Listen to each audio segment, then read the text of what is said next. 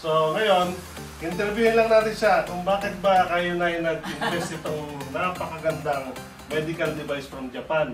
So bakit kayo bumili nito at ano yung naging health benefits sa inyo?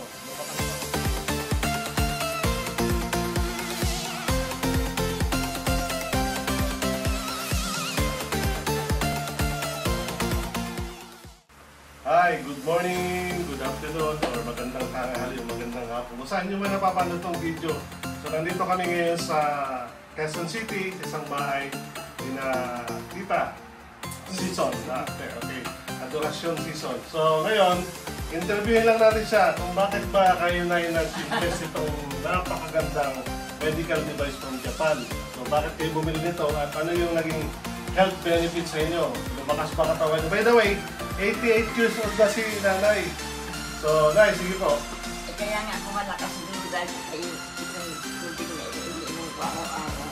Wow. Nagsiguro ko. Pero sulit po ba? Sulit yung Ay, best sulit nyo? na sulit. So, halimbawa, may mga kakilala kayo, marirecommend nyo ba itong machine na to?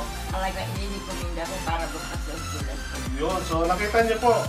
Napakalakas na, tayo kayo. Baka sabihin nila, hindi kayo nakakatayo, nakakalakad. Napakalakas, 88 years old. Dahil sa Energy Kangen water machine. At ang binili niya, yung top of the line model. Ito yung pinaka the best na model, pinaka mahal na model ng Energy.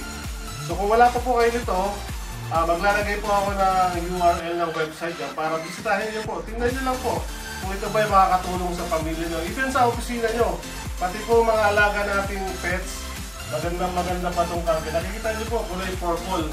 Pinatakan po natin siya ng pH tester. Ibig sabihin po, alkaline talaga yung lumalabas dito sa machine.